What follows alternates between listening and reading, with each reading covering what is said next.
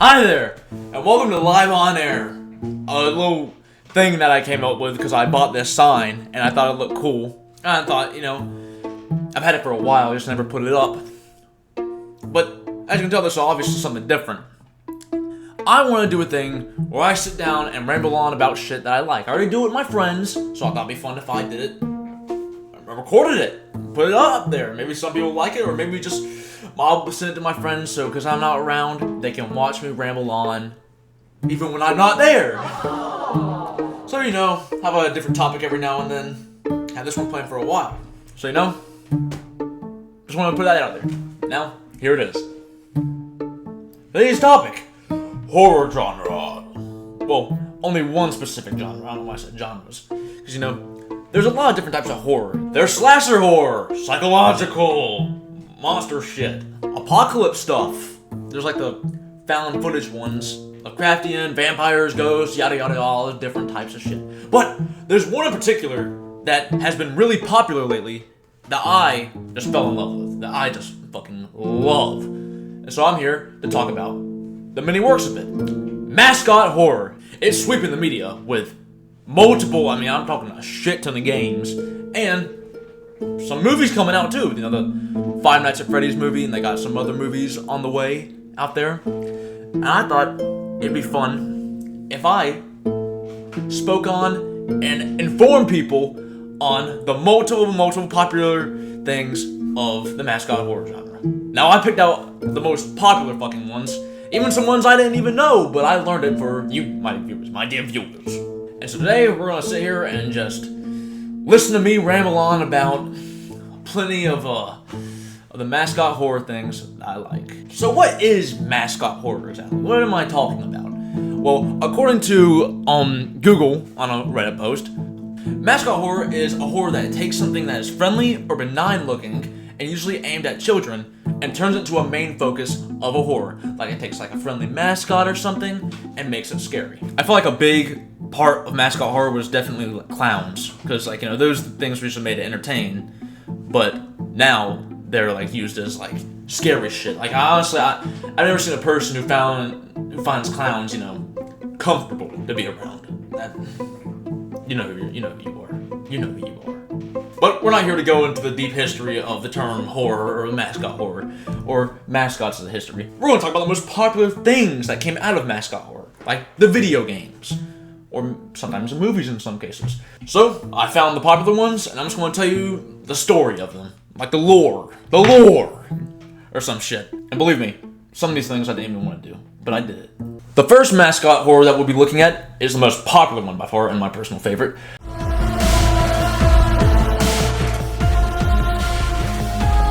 Now, if you haven't heard of it, about, at least a little thing about this, you've been living under a fucking rock. The name, it's popular. It's one of the most popular horror games right now. It got a fucking movie, and honestly, I don't give a fuck what you say. The movie was peak. The movie was great, amazing, and honestly, it has one of the best lores in my opinion of games in general.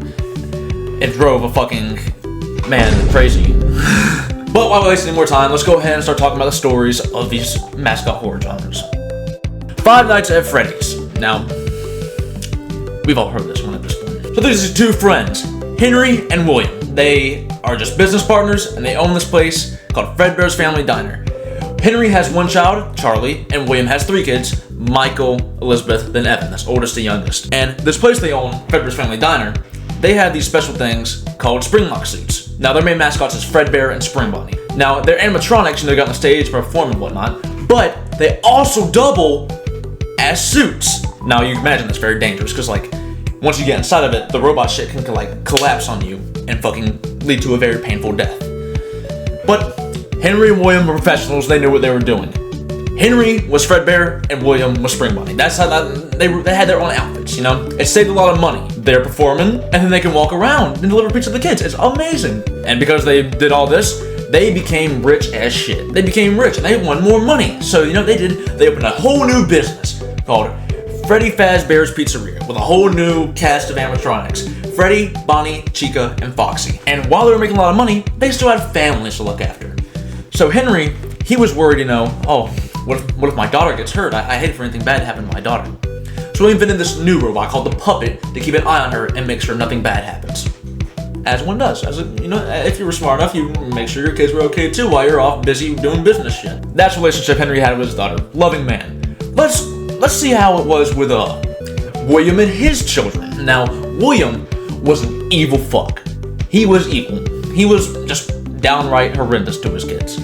He pretty much abused them, most likely Michael. And the youngest one, don't even get me something else. So he had it rough. Basically, William tortured the poor kid by having nightmare versions of his characters just scare the kid. Not kill him or anything, just scare the hell out of him. And the oldest brother, Michael, he knew the kid was scared, so he wore masks and would scare the fuck out of the kid. And William allowed it, because he thought, I think he thought it was funny or something. But one day, they took the prank a little too far. It was the kid's birthday, and they were celebrating at the Fredbear's Pizzeria. Fredbear's Diner. And of course, the kid's freaking out, because he's scared of the robots. Michael and his friends go up to him, and they're like, "Hey, you scared of that up there, champ? Why don't you give him a big kiss?" It's kind of fucked up, So the other way, they pick up the little brother, and bring his head real close to the robot. And the robot's singing, and they put his head right in the mouth. Nothing bad can happen with that, but the kid's crying. And the thing is with their robots that they built, the robot suits they built, if it gets wet, it locks in place. So when the tears got in the robot, Fredbear locked in place and bit the kid's fucking head, bit his whole front off. In which, honestly, what the fuck, Michael? Why would you stick your kid brother inside the mouth of a huge metal robot? So anyway, William, pissed. As you imagine, very pissed. One of his kids just died. So he saw the Fredbear animatronic and beat the fuck out of it. And he was so angry, he was like, "What the fuck, Henry?" He was blaming Henry for the shit. Well, I don't know what the fuck Henry did, but whatever. So William wanted a little bit of payback, as one does whenever their child dies. So one night, Charlie, Henry's daughter, was accidentally locked outside the pizza place and couldn't get in. And the puppet was being distracted by other kids in the place. So while Charlie trying to get in, she's outside, it's raining, Uncle William pulls up and then stabs her to death. What the fuck? So William just chucks her body in the alleyway and dips. But then the puppet manages to get out and find the body and, comforts the dead child. Then Charlie, as a spirit, possesses the puppet. Now Charlie is the puppet. Oh yeah, I forgot to mention, William's kid is also Fredbear. But William, after killing the kid, he was like, "Ooh, that's kind of fun." He put on his spring bunny suit and at the Freddy Fazbear's Pizza place, lured 5 kids to the back room and killed them all. Now, he needed to hide the bodies somehow, so he took the bodies and he put them inside of the animatronics. The kids would possess the robots, and now the kids are controlling the robots at night, and they're gonna be fucking crazy. So, Fredbear's got shut down because a kid got his head bit off, and Freddy Fazbear's Pizza is getting shut down because kids went missing and the robots are starting to smell because, there's a dead kid inside of it. So, Henry and William are thinking, and William, saw his partner grieving over his daughter and was like, "Hey, champ, come on. Open up a new business." So they opened up a new pizza place. Freddy Fazbear's 2, I guess. I don't fucking know. With these new and improved animatronics, and they even put the puppet on show. Henry doesn't know it's his dead daughter, though, inside that thing. So, fresh start, new business. Any ideas for the Grand 2? William murders 5 more kids. And guess what they do? They possess the toy, the new ones. William, he's having the time of his fucking life. He's killing things left and right. But then, as he's going back and forth between Five Nights at Freddy's 2 and the first place, he's starting to notice something weird about the robots. They're kind of looking at him a little crazy, and they're starting to move a little bit. He noticed they're alive by this thing called Remnant. Remnant is basically just a ghost. You kill a fucking kid, the kid's remnant goes inside of that, and now it's the kid's controlling the robot. So he sees this shit. He sees holy hell, the dead kids brought the robots to life. What if I took that remnant shit and put it inside of me, and I could live forever? So, he wants to start killing more kids to be able to gather more of this remnant stuff. So he opens up a new place, his own place, behind Henry, called Circus Baby's Pizza World, with his own animatronics. And there's something special about these robots. William made them, so they're designed specifically to kidnap and kill kids. Yeah. What they do is, they wait for everybody to leave the room, and the second there's only one kid left in the room, they'll snatch it, put it inside of them, and then just go about the rest of the day. And once everybody leaves, they go to the back, and William, takes the kid out, gets the remnant, and puts it inside of him. Now knowing this, William told his remaining 2 kids, stay the fuck away from those things. Stay away from those things. They're not fun. I swear to God, they're boring as shit. But his daughter is a little dumbass. Because she saw the redhead robot and thought, my dad made it just for me. Oh, it's just for me. So, she decides to go up to it when nobody's looking. I think you see where I'm going with that. They fucking murdered her. It murdered her. It has a little big ass scooping thing inside of her stomach. Mangled her. So, William closes the place down, says it was a gas leak, canceled the whole fucking operation. He only killed like a few kids there. And so, William thinks, fuck, 2 of my kids are dead, I'm stuck with my older asshole. I hope life isn't getting worse. It gets worse for William. Henry now suspects William of murdering the children and his daughter, but he can't prove it. So, Henry kicks William the fuck out of the business. Now that pisses William off. That just rubs him the wrong way. So you know what he does? He breaks into the old Freddy Fazbear's Pizza place, finds all the old animatronics, and breaks them apart because he wants the remnant inside of them. So he does. He breaks them apart and he sees the remnant fly out. Except it ain't what he was thinking about it. It's not like some shiny shit he can grab. Instead, it's the ghost of the dead kids. And they're pissed because, you know, this is the guy that fucking killed them. So William sees his old Springlock suit, puts it on, and like, hey, I murdered y'all in this. What are you going to do about it? Yeah. He's moving around and all this shit. Bad idea, because it crushes his fucking body, and he dies. Well, he doesn't die immediately. He's like bleeding out for like hours and hours, like. And so he's waiting for somebody to come help him. And sure enough, somebody does come help. It's Henry. And Henry sees the guy who he suspects of murdering his daughter dying on the ground. So Henry says, fuck that. He closes off the wall so nobody will ever find William and leaves him there to rot. So it's been a few months now since William got locked behind the door, and Michael, William's son, is wondering, where the fuck is my dad? Where's my dad at? So he goes through all his dad's old shit and finds stuff about circus babies. So he goes down to his dad's old, bunker area where he kept all the circus baby Pizza World shit. And sure enough, he finds his sister, but he doesn't know it's his sister.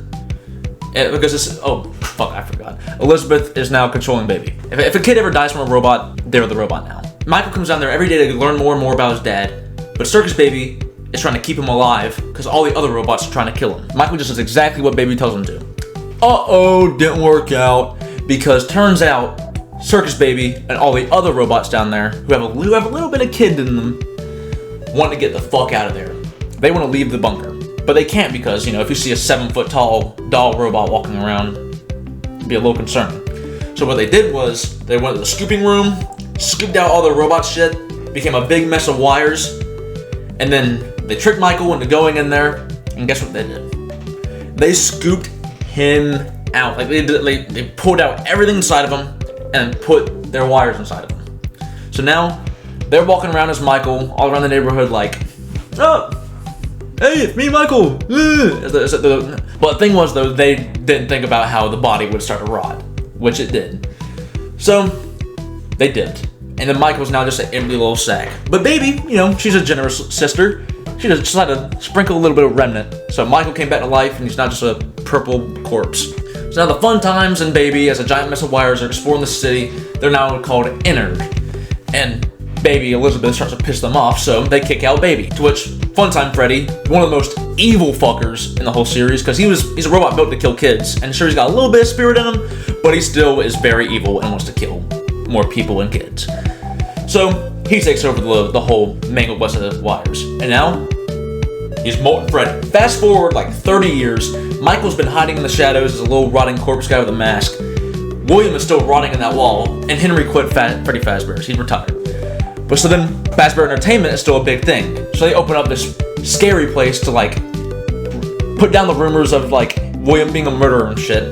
They just want to make it look all scary and whatnot. It's just one big prank, So they start going through all these files. They can't find any. They want to find an animatronic that actually works and that Henry and William actually built. But then they find one. They go to the old pizza place. They break down a wall, and sure enough, they find an animatronic that works. Except it's not animatronic. It's William, who died and possessed his own robot, and he's now a rotting ass corpse, Springtrap. So now they bring him in there, and now while he's walking around the new Fazbear Sprite, turns out they hired his son, Michael, who's now a rotting purple corpse, as a security guard. So, you know, father and son meet up.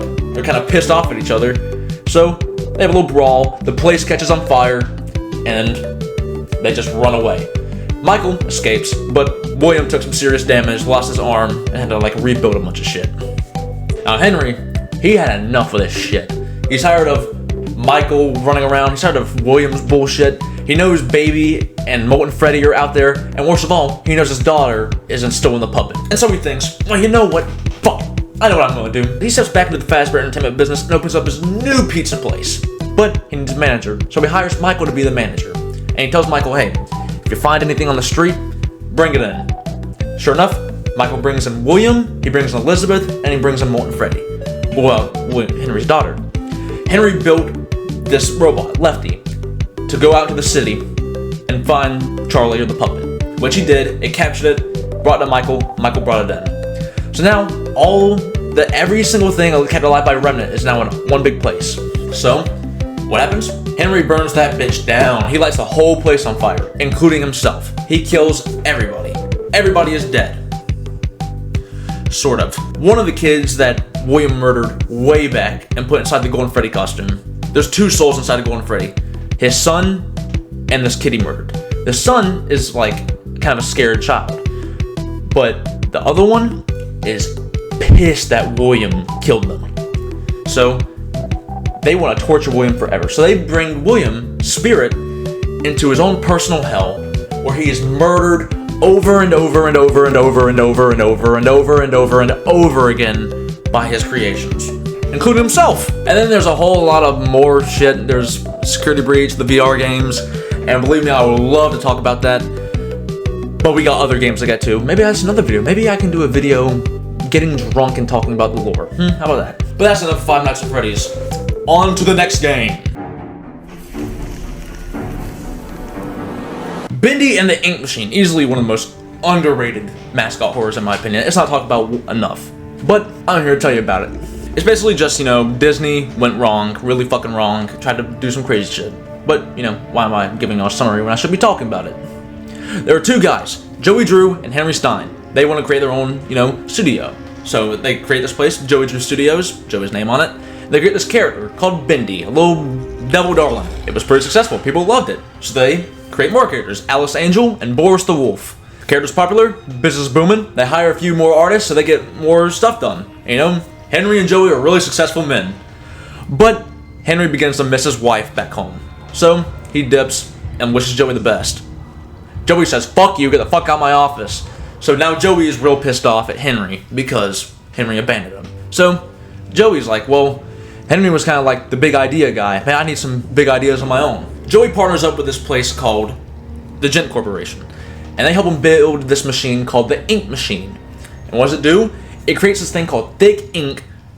And Joey's goal was basically to bring his characters to life. That was what the goal was. He wanted to, you know, make some money by bringing all his cartoon characters to life. And be like, hey, fuck you, Henry, look what I did. I brought Bendy, Boris, and Alice to life. So he throws in a few Bendy drawings in the machine, gets going, and guess what comes out? A disgusting, disabled freak. Kinda looks like Bendy, but it's not him. Joey yells at a few of the Gent Corporation guys and says, hey, get this fucking thing out of here. So he seals the Ink Demon away. That's what this thing is called, the Ink Demon. He decides, what if I create my own world in this machine? Joey starts, basically builds his own little world, like an endless cycle of torture in the Ink Machine. What does he do with this endless cycle of torture? He puts Henry in the middle of it. So Henry, well, not Henry, like a fake little Henry. So he just wants to watch a fake version of Henry get tortured over and over again for his own little entertainment, I guess. So Joey has a chat with a few of the Gent Corp guys, like, hey, why did I want to make a character? Why the hell did it make this monster? So he found out it's because he didn't have a soul. I know you boys over at Gent are doing your best, but I'm paying for living attractions, not weird abominations. If you claim that your failures are because these things are soulless, then damn it, we'll give them a soul. After all, I own thousands of them. So he got all pissed off and was like, you know what? I got plenty of souls. So he gets a few people from work, this little pissant named Sammy Lawrence, this really nice guy named Norman Polk, this obsessed bitch named Susie, throws them in the machine, and sure enough, they come out better looking than the Ink Demon did.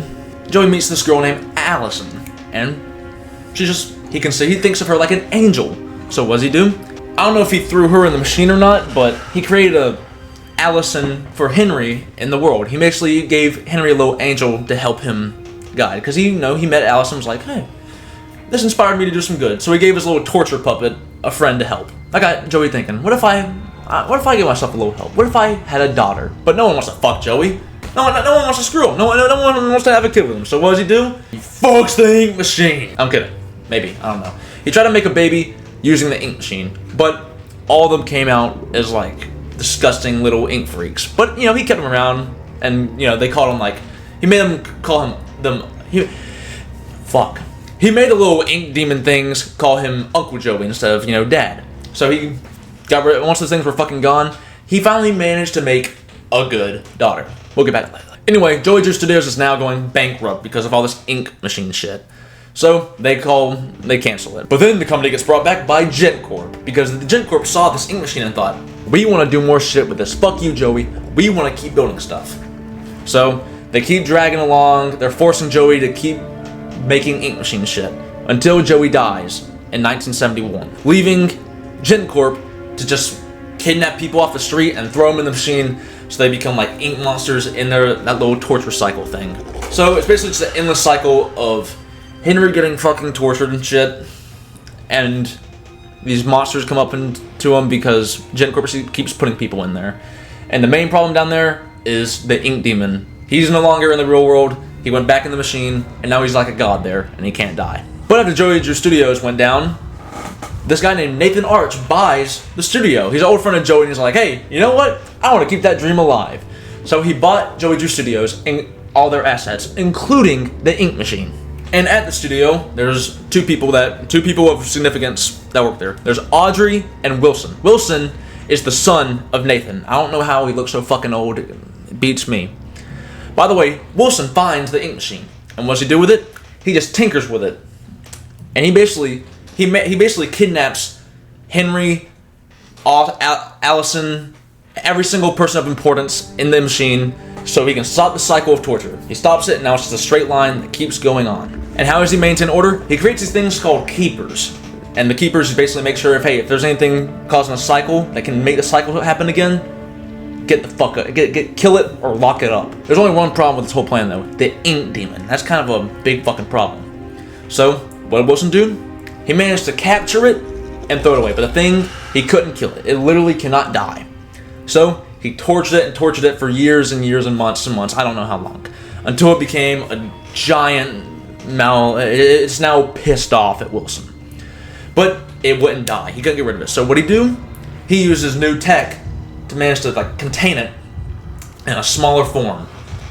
A little cute one, more reminiscence to his character. But Wilson wanted it fucking dead. So he went to Audrey at work and was like, hey, you wanna come with me to the ink machine?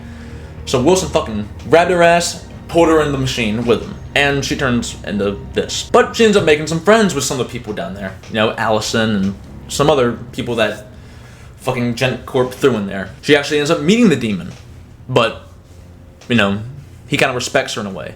She also meets the apparition of Joey Drew, where she finds out she is the daughter that came out right. She's the daughter that Joey made with the machine that came out right. So, that's why the Joey, that's not the actual Joey, it's like a fake Joey in this world. And he's like, you're my daughter! You're my fake daughter! Yay! Eventually Audrey meets up with Wilson, and Wilson is like, hey, I need your help with a little project of mine. So he shows her this little painting, it's like, hey, I'm gonna use the ink machine to turn this thing into a big ass monster, and it's gonna kill the ink demon, and I'm gonna control it. And then so Audrey's like, hey yeah, I fuck with that plan. Why do you need me for that? And Wilson's like, well, I need your soul inside of it. So it's revealed Wilson's gonna kill Audrey and use her to make the fucking monster. Audrey obviously doesn't fuck with that plan, so she pushes him inside the machine, and Wilson dies. See, that's a good idea, he gets fucking blended up and dies. But the one problem with that is, now Wilson is a huge-ass monster who can pretty much do whatever the fuck he wants, since he has all this power now. So, Audrey now has to stop that. She manages to use her little ink powers and shit to kill Wilson. But the problem is, she only killed Wilson. The monster is still alive. So, it picks her up and pulls off her fucking legs and just throws her. While she's dying, the monster comes up to her and is like, oh, I'm getting ready to fucking kill you. But luckily, the ink demon pulls up and murders the big-ass monster. Turns out it's not as good as Wilson thought. After the monster's dead, the ink demon pulls up on her and is like, hey, me and you were both born from this machine, you know, from that bastard Joey Drew. What if me and you combined, teamed up, yeah? So, they did. And they create this big-ass monster, the ink demon. And immediately, Audrey regrets it. Like, oh, why did I do this? Oh, this is terrible. So Joey Drew pulls up and is like, hey, it's okay. I'm here to help. I'll make sure that I can help you get out of this. The ink demon sees that and is like, oh, fuck that. Palms Joey and crushes him. Now that's when it sets Audrey off, seeing her fake dad get murdered. So what's she do? She decides, you know what? I'm into this. So she breaks free, what kills everything using the big ass demon that she's in, and then she gets everybody in one place and resets the cycle. And then she manages to delete the ink machine, and now she's controlling it like Wilson did, except way better and way safer. I don't know if she's keeping the cycle going, but she's making sure it's better. In fact, she can do a whole lot of shit now because she brought Bendy to the real world with her, and she's like a cartoon now in real life. I don't know how it fucking works. They got a bunch of games coming out now, especially since in the end it's revealed that the Gent Corp stole their ink machine back. So yeah, and that's Bendy. Next game!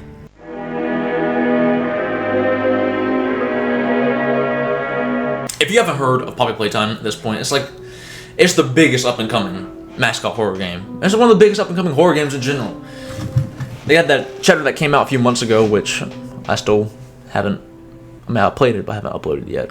I'm having some difficulties with that. Either way, and unlike Finance Freddy's, they actually had their lore laid out for people to look at, and they're more, I hate to say it, they're more, out there than Scott Cawthon.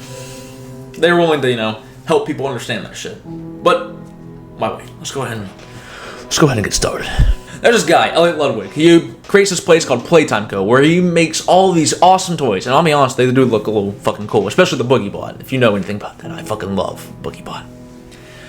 The first big toy is Poppy Playtime. Doll sells fucking amazing.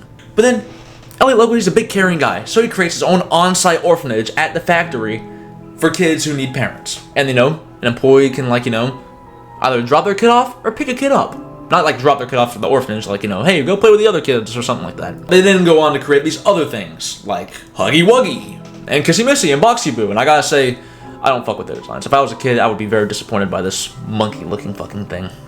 Because I also made the Smiling Critters, which honestly, I like the way they look. I would definitely buy one of those as a kid. Probably the pig. Or the bunny, because I like green. But, sadly, Elliot's daughter dies. But, he's not gonna give up like that with her fucking dying. He wants to bring her back.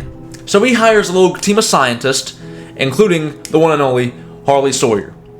And honestly, you won't know what Harley looks like as a human. You only get to see, we'll get to that later, but for some reason people depict him as some hot man, some cool looking doctor. This dude is a fucking madman. He was not a handsome guy. He probably looked like this. Yeah. So anyway, they experimented and they managed to bring his daughter back, but not as the daughter. They brought her back inside of a Poppy doll. So now his daughter is a little Poppy doll. Either way, the orphanage, it keeps on growing. They have a lot of kids now, but there's one problem. The factory is going through some bad stuff. There's construction problems. People fall and die from big heights, or someone gets hurt, and they gotta pay for that. The company, they gotta take money out their paycheck and put it in there. But luckily, they have Harley the man on the site, and he says, "Hey, I have a great idea. What if our workers who built shit for us and took care of the kids weren't people?" Giant toys. We can increase our workforce and simultaneously decrease the number of lawsuits and people on our payroll if the people we have working aren't people. So, they decide, you know what? We'll do a little bit of work. So they create this thing called the Bigger Bodies Initiative. So they find we don't know who it is yet. They find a person, and this person was dead, or something, I don't know. Either way, They did some mangling and brought the person back as a prototype. It was a prototype. They only managed to bring back... Actually, I don't know. You only get to see the thing's hand. It probably has a whole body. We don't know. It definitely doesn't have a whole body, but... They managed to bring it back as the prototype just to see if it worked. And it did work, sure enough. So they found out they can bring people back as, like, bigger things. The Bigger Bodies Initiative.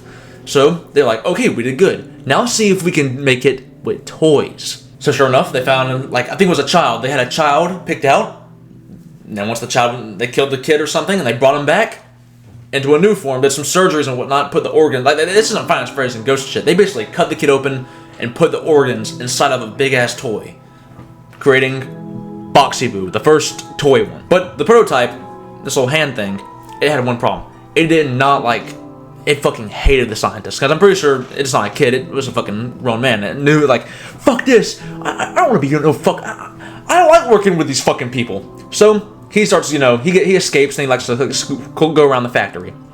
And he ends up befriending a small child in the play care, Theodore. Ain't no Theodore, he sees this fucking thing, he's not scared, he's like, you know what, you're my friend. But the thing is, he might have had good intentions with the prototype, he didn't want to get the fuck out of there. So he convinced Theodore, hey, me and you, let's escape. So sure enough, Theodore innocently tries to help the prototype escape. But unfortunately, Theo gets fucking tased or something, he gets hurt, and he's going to die. But the prototype saw Theo going to fucking die, wanted to save his life. So he dragged him back, he sold his whole escape route, and dragged Theodore back to the scientist, who saved Theodore's life. And sure enough, they saved his life, but they also killed him and brought him back as Catnap, who now worshipped the prototype for saving his life. They proceeded to do it to plenty more kids, creating Mommy Longlegs and a shit ton more, Huggy, Miss Delight, and whatnot. And so now, it became a serious problem. Sure enough, they kept a few of the Monster Toy Kid things out in the public eye. I mean, the public didn't know that they were dead kids or anything, or hell, they didn't even know they were alive. They had like a Huggy statue who didn't move, and they were like, oh, it's just a statue. One guy ended up catching on to them, Roman Stoll. He found out it was like, hey, whoa, guys, I think they're alive, and I think they're doing bad things. Sure enough, Harley ensured that he wouldn't tell anybody. But they want to create more things. In fact, for Harley took Elliot died, Harley took over the whole thing. And so Harley's like, fuck, I just want to keep making things. I just want to keep making things. So he created a prison below the whole toy factory where he would, like, basically kill as many kids as he wanted and turn them into monsters. Basically just did for science shit. Like, he had to pay Yarnaby, Pianosaurus. It sounds retarded. So, and the kids, the biggest toys, they started to really become, aware. So, some of them tried to escape. They were stopped. Later on, a kid named Jack, he got a toy of Doughy the Dough Man. That's pretty cool. He got invited to go to the factory, so he went to the factory. But guess what?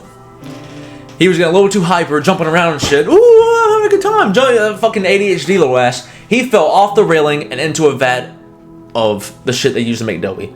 So what did Playtime Co. do about this kid who died in front of his parents and shit by falling in the vat?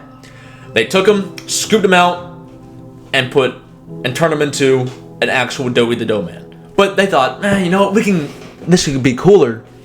So they took two other kids, a very polite young man named Matthew. They took him, killed him, and put him inside Doughy. Then they found this little shit named Kevin, who was a little temper tantrum autistic fuck. Killed him and put him in Doughy. So now Doughy has 3 kids inside of him. He's like bipolar, he's fucking like schizophrenic and shit. Harley Sawyer, he thinks he's all this shit. So he starts causing a bunch of trouble. He starts like causing guests to die. He accidentally flips a few levers and releases the monsters and they go out and kill some guests or something. That's a serious problem. So the uppers at Playtime Code, they're like, we gotta do something about this. But he's too smart, we can't kill him. So what do?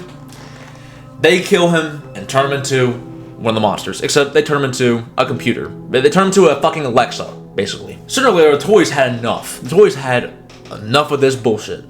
So what do? They rebelled. They killed everybody in the whole fucking factory. Everybody. Including Harley. He even took over too. The prototype, murdering everybody. Catnap, throwing bitches. Mommy just fucking snapping necks and shit. Harley ended up getting a tool so he can control the whole factory, which became a serious fucking problem. But, Harley was on the side of the toys now that he was turned into one, even though he was the one killing all the kids. Sooner or later, one of the higher-ups, Laith Pierre at Playtime Co., he had enough of the toys owning the fucking factory. So what he did was, he sent a few people in there to go and try and get a few of the experiments out of there. So, you know, they can keep doing the experiments and shit, but leave the fucking toys in the factory. But the toys kept killing the people they sent in, so eventually they had to quit. And became its own little world in there. Some toys wanted to just kill and murder and stuff. But some like Doughy, Poppy, and Kissy want to live in harmony. So they had a little safe haven. And somebody sends a letter to you, the player in the game, to come back to the factory, and now that's how the whole game starts. If you want to see that, just watch the fucking game or something on YouTube. I don't know, Corey Extension uploaded the whole fucking thing. It's like it's really just you're going through killing everybody and trying to figure out what happened. Anyway, that's Poppy Playtime. Next game!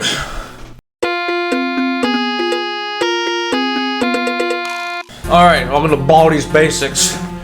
Honestly, I didn't even know this game had fucking lore. Okay, I always thought it was just, you know, a silly little project. So, pretty much the whole premises of it is that you go to this school, Baldi's a teacher, and like, you forgot your notebooks, you have to go there and do math, but if you get any questions wrong, Baldi gets pissed and he'll beat you to death with a ruler or something.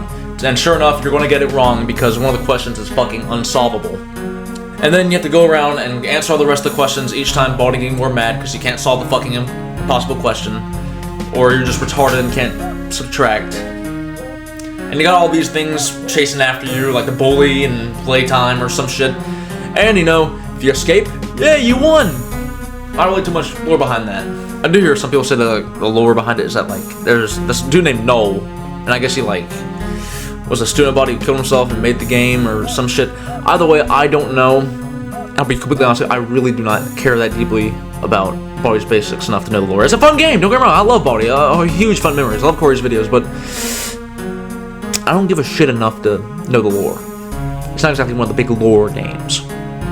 We're just gonna go to the next game.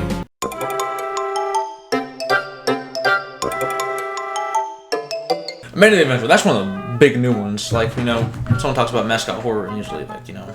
Bendy the Adventure, it's one of the new ones, but it's pretty good. It's pretty good, in my opinion. Have I played it? No, but I watched Corey Extension play it. That's good enough. And I watched the lore videos on it and shit. So I'm kind of like a professional. So a dude named Sam Colton. He's like a, I don't know, he's like a writer, I guess. He's a big popular guy in town. And he adopts this little girl named Rebecca Colton, now. And, you know, he's a big guy involved with the library. And he has his own little show that he records his, you know, daughter doing called Amanda the Adventurer, where she's like a little Dora the Explorer. And they have a little assistant at the library named Kate who helps them, you know, organize all this shit. Like upon, like, read books or, you know, do a little Amanda the Adventurer show. One day, Sam's reading up in, you know, the library, and this dude in the seat comes up to him and was like, hey, how would you like to make a cartoon out of this little thing you got going on with your daughter? So they create this thing called Amanda the Adventurer, the cartoon, where it's like basically Dora the Explorer, where they have his daughter voice this character named Amanda, or they have this little sidekick, Wooly. The company that helps them make it is Hamlin Entertainment, and it's not a horror game if there's not a company that profits off the torture of children. So now, unfortunately for Sam, who's actually one of the only good fathers out there in MASCOT HORROR, Hamlin Entertainment, they kidnap poor Sam Colton and make him sign some papers that basically sell them the rights to his daughter. So now they can get Rebecca to, like, you know, do whatever they want. So basically, they get her to do the voices for Amanda the Adventurer, but little did Sam or Rebecca know, Hamlin is a fucking cult. They use poor Rebecca to summon some demons from like centuries ago, and the demons take on the forms of basically the characters of the show. And another problem is they're using the show to basically kidnap children. It's like Amanda does something on the show, tells the kid, like, it will basically tell the kid, I don't know if it's the kid like following her word or the kid gets sucked in the TV. Either way, a kid goes missing because of Amanda. And Rebecca is basically being held hostage about the whole thing.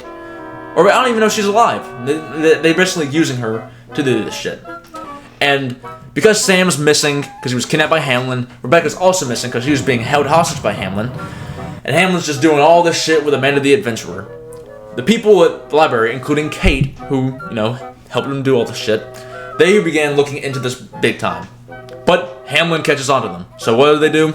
They stick their little demon out there to kill everybody, except for Kate. And Kate is still trying to hunt this down.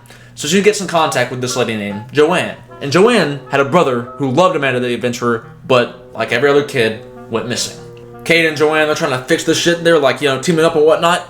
But unfortunately, Hamlin catches on, sends the demon. The demon basically kills Kate, and Joanne takes off. But before Kate died, she wrote a letter to her niece or nephew, whatever the fuck you are in the game, to look into the tapes. So basically, you look at the tapes, Joanne teams up with you, you go look more tapes, and then Joanne gets fucking mauled to death by the woolly monster. And then that's the end of Amanda the Adventurer 2. They got a third one coming out. So yeah, that's Amanda the Adventurer. Next game!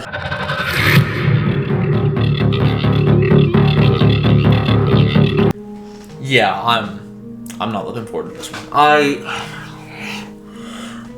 No hate, but I do not fuck with the Garten of BanBan. It is like a very bad ripoff of Poppy Playtime. Badly, but because it is one of the big names of Mascot Horror, and some 5-year-old, I remember going to the fucking Walmart with my buddies and goofing off and shit, and seeing a Jumbo Josh action figure, and doing some autistic voice. Oh, Jumbo Josh! It's Jumbo Josh! It's Jumbo Josh! My friends just looking at me like, what the fuck is a Jumbo Josh? I don't like it. I just don't like it. But, for the sake of it, I will be reading a little bit of what I know about the Garten of fucking BanBan. Basically, there's these two people who run this kindergarten. It's Weverly Mason and Uthman Adam. I think this is Swedish. I don't know.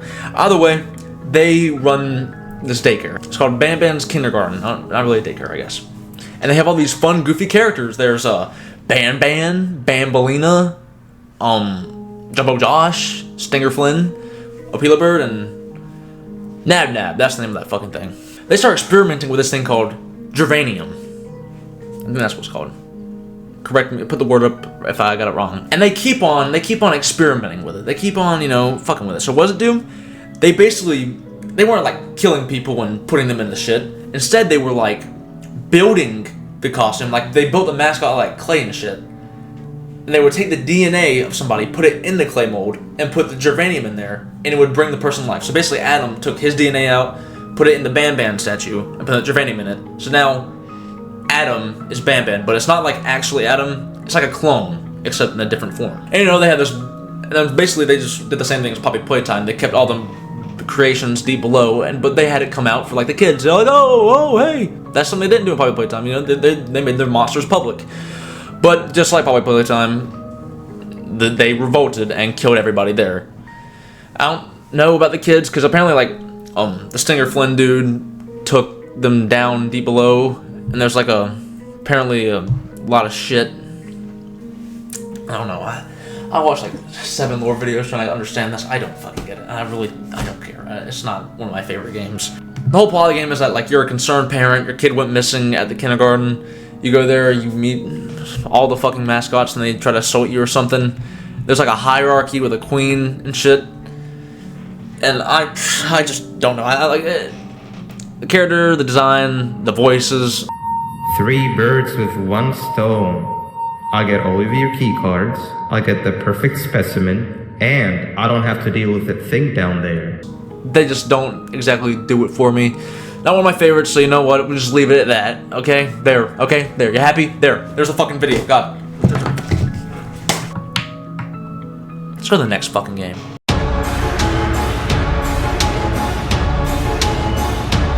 Alright. Now I'm happy again. A good game.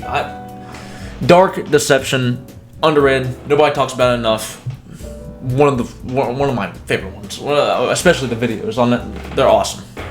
So you're probably wondering, what the hell is Dark Deception? I haven't heard of that. Basically, there's a shit ton of mascots in this game. It's not exactly mascot horror when it comes down to it, but I guess in a way it kind of is. Basically, there's this lady named Beers. She wants to be popular in Hollywood, but, that's kind of hard nowadays. Believe me, I would give my life. I would fucking kill being famous in Hollywood, dude. I would love it. But, sadly, it's rough. I might do what she did. You're about to find out. So, what does she do in order to be famous? She gets in touch with this Victor dude and is like, so if I make this deal with the devil, I can get whatever I wish for? So she's like, hell yeah. And yeah, sacrifice though. So she goes up to her maid, like, hey, can I borrow your kid? Borrows the kid, kills the kid, and then makes a deal with the devil. Like, hey, can I be famous? So sure enough, she gets famous. But then she ended up, betraying Malik and backing out of her deal, which obviously pissed off Malik. So she was looking for ways to piss him off and repel him. So she flipped through a few books and found this thing called the Riddle of Heaven. It's like a ring, which, if she had it, it would strip away Malik's power. So whenever she found it, she just kept it. And eventually Malik came up and was like, yo, what the fuck? We had a deal. Pierce uses the ring to she takes away and has a little bit of the demon's power now. So that pisses him off. He grabs it, breaks it, throws it all over the afterlife, or I guess you could say hell. It's pretty much hell. And then he pushes Bierce and banishes her to the dark dimension.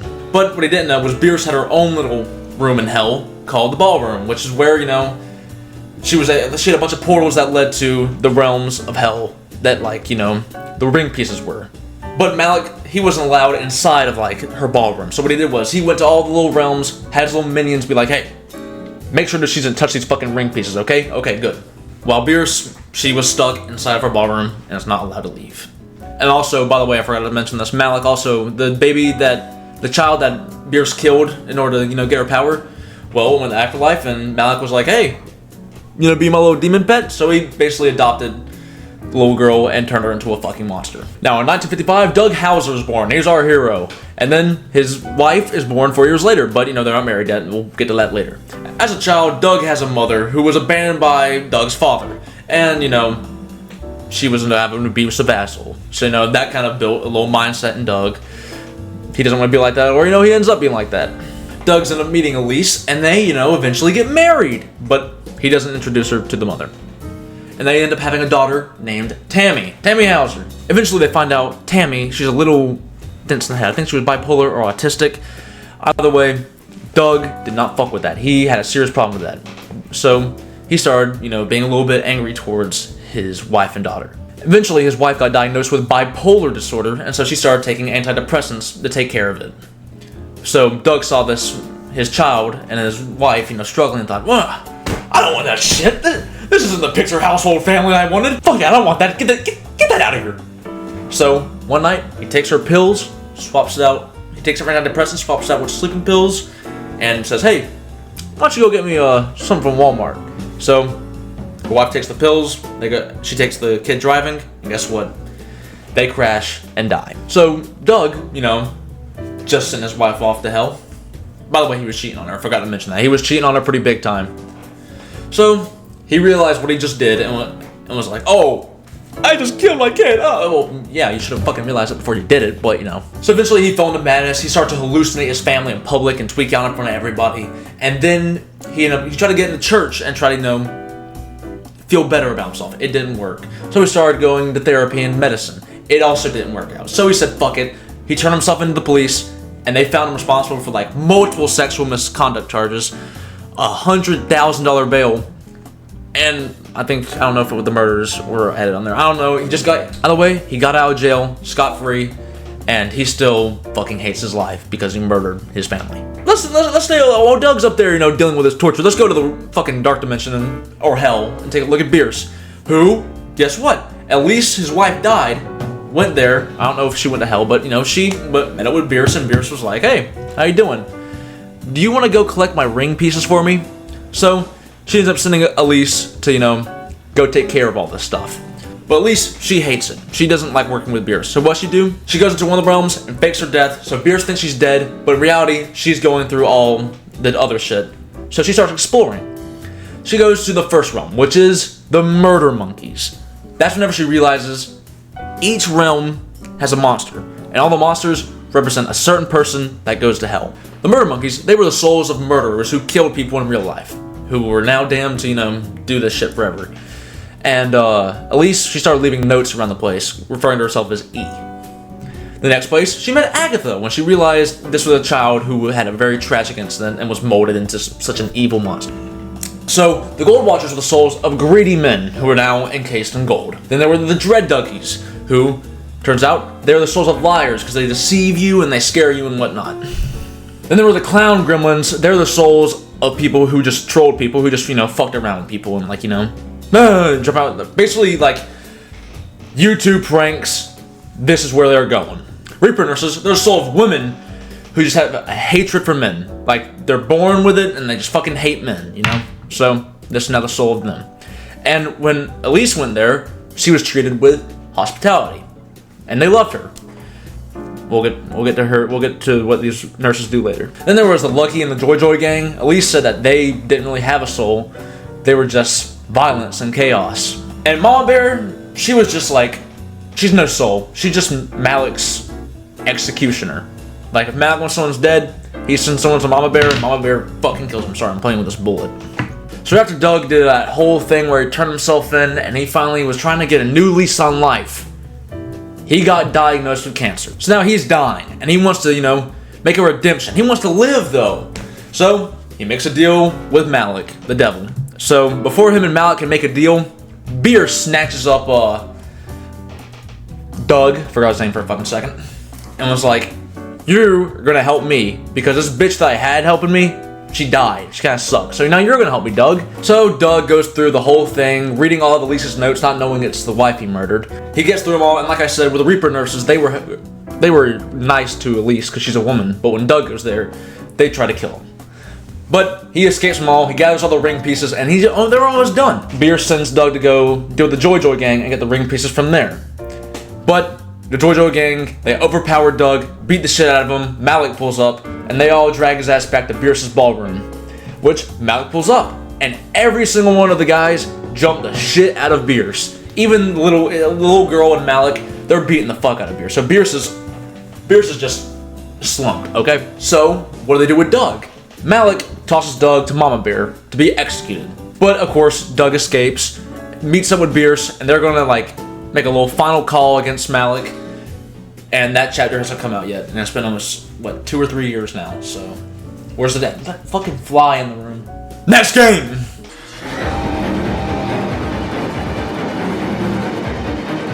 The next game is, yes, I know, I have a jacket on now. I've changed. Choo Choo Charles. And this one is a short one. And it's honestly a really fun one. I think this is like, Choo Choo Charles is one of the most fun ones to play because it's like, it's open world. So basically, there's this island called Anararum. Let me think. Anararum. I don't know. Anararum. And there's locals there, including this guy named Eugene. And, you know, it's fun living there. Until this dude named Charles, what the fuck was his name? Warren Charles III, I think that's his name. He pulls up to Anararum with his mining company. And they're like, hey, we're just going to do a little bit of digging, you know? They come across these, like, caves with these paintings of, like, these spiders attacking people and shit. But, you know, no big deal. They don't care. Keep on digging. They don't find these crazy-looking eggs. And they wonder, what are these eggs doing? So they collect them. And they keep on digging to learn more and more. But what they didn't know, all that digging, it woke up a big-ass spider monster that crawled right out the fucking caves and into one of their trains.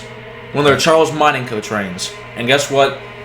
That made Choo Choo Charles. He's really just a big-ass spider monster living inside of a train and create a really cool-ass fucking design. So Warren, he wanted to keep making money off of this. And he wanted to make the island kind of fear Charles as like a thing, you know? So what'd he do? He created a cult. He made all the miners and shit, you know, a bunch of like branded Charles guys. And they carry around guns and they basically enforce Charles as like a god kind of. And honestly, the islanders, they don't fuck with that. They're scared of Charles. He just goes around eating whoever he wants. That's why Eugene calls up this journalist, like, hey, pull up to the island. I need your help. I need you to do something about this fucking monster. But unfortunately, as soon as you pull up, Charles eats Eugene, and Eugene is dead. So that leaves you to power up your train, get it all fucking loaded up and decked out with guns and shit. When I played, I made mine blue, like Thomas the Train, because that's awesome, you know? So once you have your whole thing decked out, you go around and collect all the eggs, you make a little ceremony, but then, in the middle of the ceremony, Warren pulls up and is like, quit this shit. Nope, you're fucking up my whole business. Get the hell out of it. But before he can even finish his whole thing, Charles pulls up, eats Warren, and now Charles turns into the Devil's Reign or something. So now you gotta shoot him dead, and once he's dead, well, you shoot him and he falls into a bridge, right into a spike where he's just like lobotomized. You save the day, you kill Charles, and Anararum is safe. But then the post-credit scene shows that there was like thousands, if not at least 1 million more eggs that Charles could spawn from. So you might want to drop a nuke on that island. Like, this could be world fucking domination. If you don't, like, I think Hiroshima, Ananarum, and you save the day. Okay? No pussyfooting around. Nuke the island. Let's go to the next game.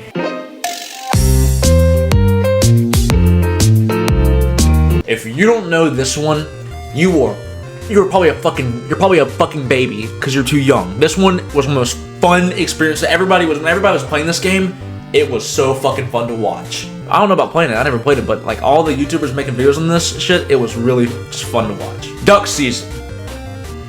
The whole plot of this game is like, it's a whole spin-off on the game Duck Hunt, but, you know, a murdery twist. So basically, you play as this little kid, and I think his name is David, and his mom gets him, like, you know, little disc, you know. I don't fucking know. I'm too young for this shit. She gets him one of those. It's duck season. That's awesome. I mean to play this game. It's one of those games like, you know, have a gun in front of a TV, you know, kind of like a Wii. There, that's some fucking terminology people won't know. Either way, this is like the 80s or 90s-ish. So anyway, David hops in the game, he's playing, and you know, what happened in the game was, like, you play as David and like, you're in like the room, and your mom's in the background like in the kitchen and shit.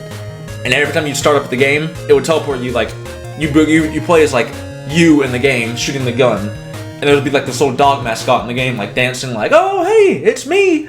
Oh.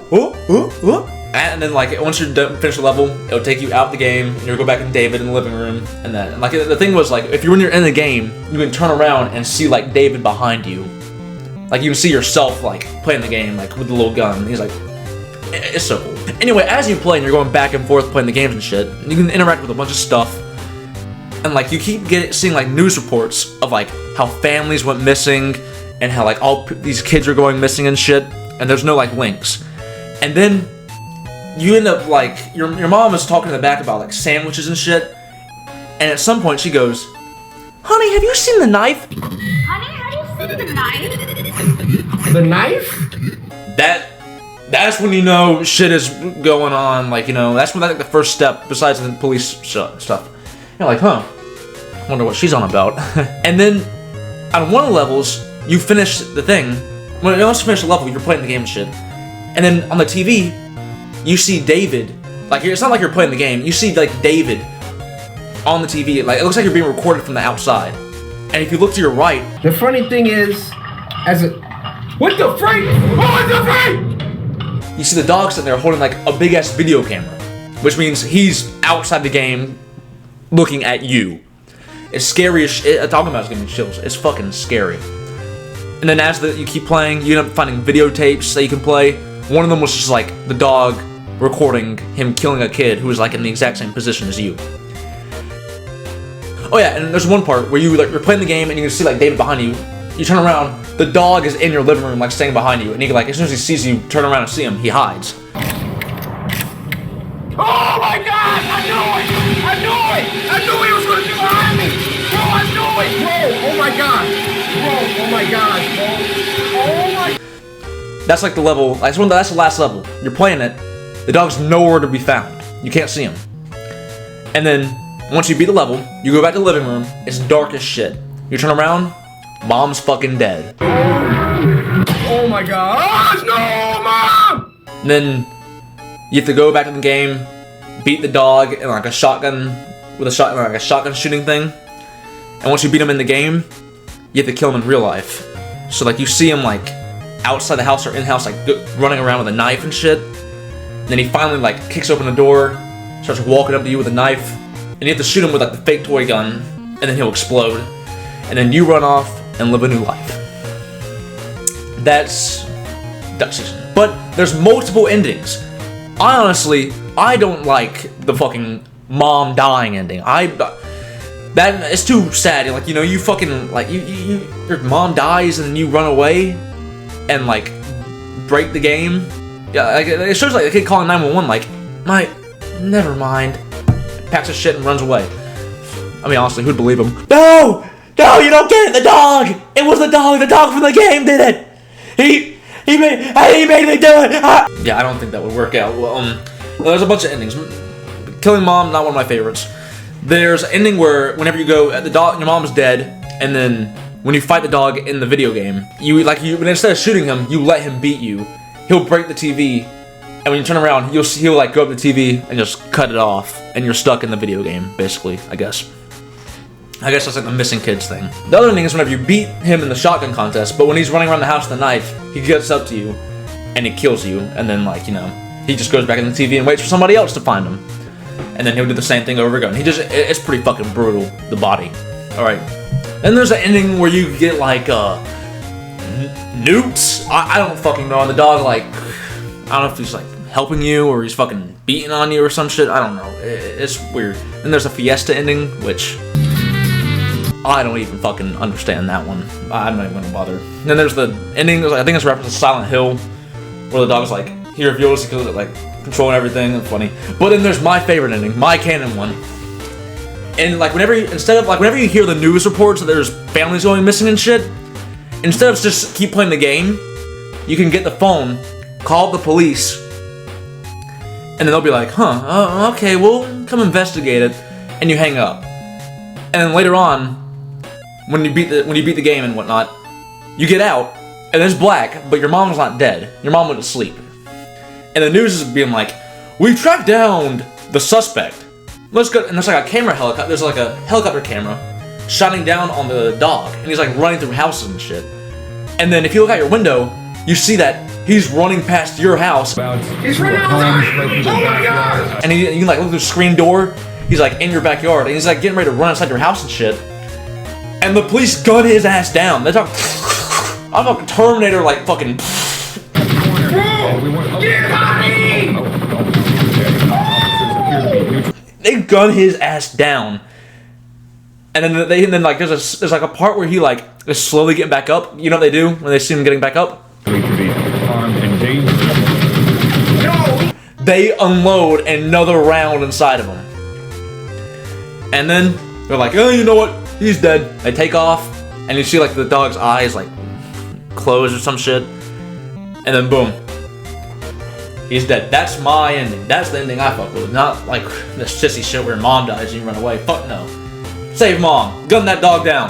So yeah, that's duck season. One of my faves. Love it. Alright, next game.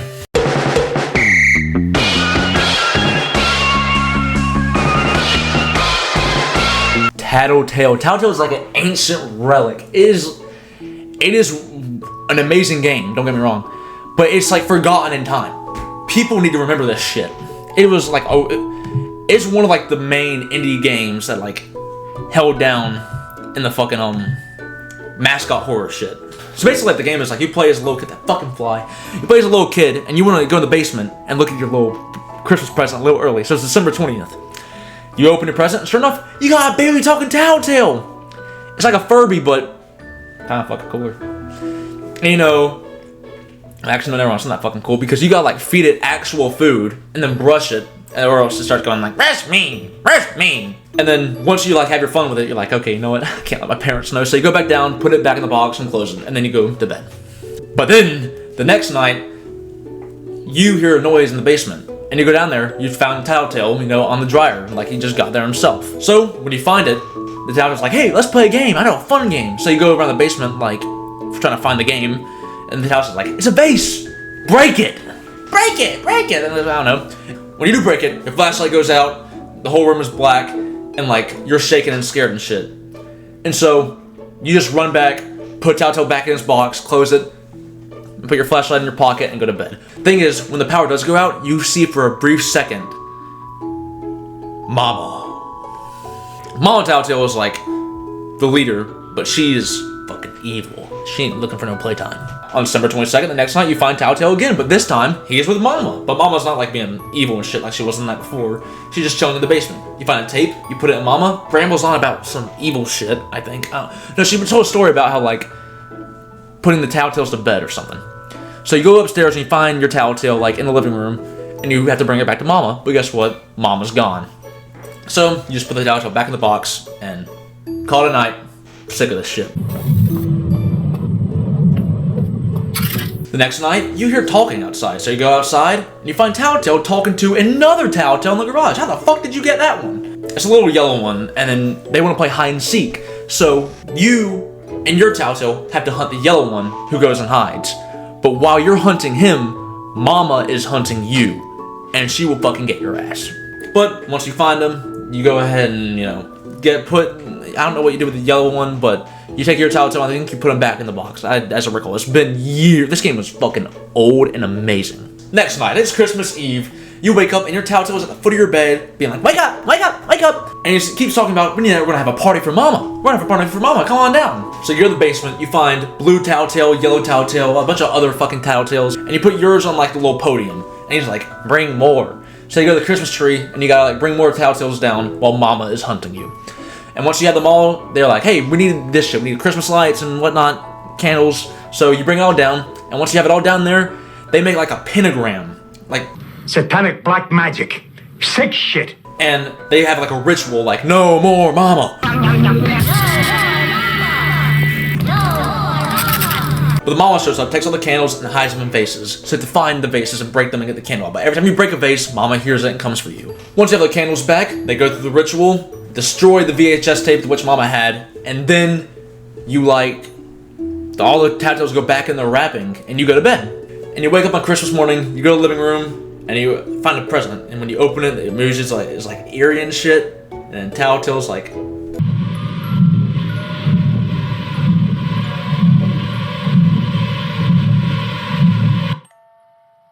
We love you. or there's a bad ending where Mama kills you.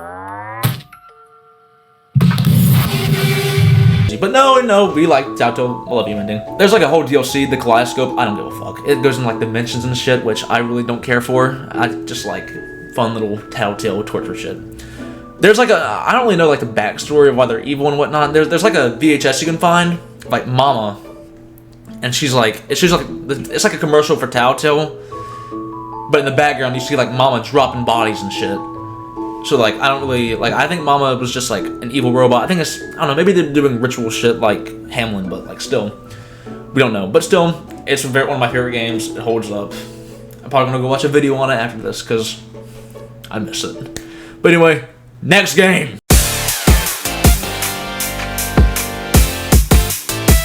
Finding Frankie. That's another big new one, and honestly, it is like, I don't know what it is. It just looks so fucking cool. It's so, the music is amazing. It has like such neat characters, such cool designs, very colorful, and it just has like, it's a parkour horror game with these cool ass mascots. There's Frankie, Henry Hotline, and Deputy Doug.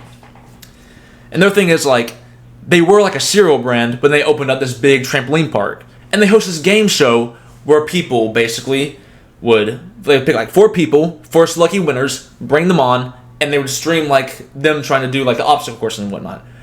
But what people didn't know was that there was a Frankie, Frankie, Henry Hotline, and Deputy Duck they made animatronics of them. And basically these animatronics ran the show. I mean, there are humans running the show. This isn't like evil ass robots. Well, they are, but the robots are like the same thing as the humans. They just want to entertain people, but in malicious ways. For example, they create an evil-ass Frankie to go and kill all the people doing the obstacle course, and they stream it.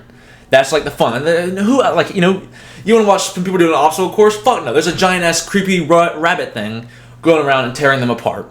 And so, while the higher-ups are like, hey, this is good, they have like this fake Frankie run the show and shit, and they have an evil Frankie running around and like tearing people apart. And then you have also Henry Hotline, who's going around like basically doing the same thing in his own little territory.